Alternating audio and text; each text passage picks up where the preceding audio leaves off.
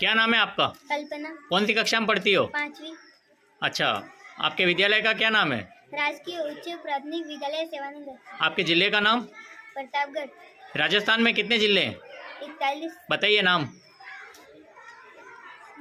श्री गंगानगर, हनुमानगढ़, बीकानेर, फलोदी, जैसलमेर, जोधपुर, बालोतरा, बाड़मेर, जालोर, सिरोही, राजसमंद, पाली, उदयपुर, डूंगरपुर, बांसवाड़ा, प्रतापगढ़, सलूमपुर, चित्तौड़गढ़,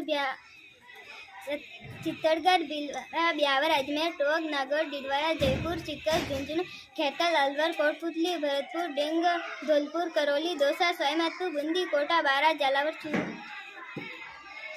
हो गए? हंसराज। हंसराज, जी। कौन सी कक्षा में पढ़ते हो? 5वीं। आपके विद्यालय का नाम? राजकीय उच्च प्राथमिक विद्यालय सेवानगर। जिला? जी। जिला कौन सा आपका? प्रतापगढ़। प्रतापगढ़। तो आप बताइए, अपने राजस्थान में कितने जिले हैं? 41। नाम बताइए।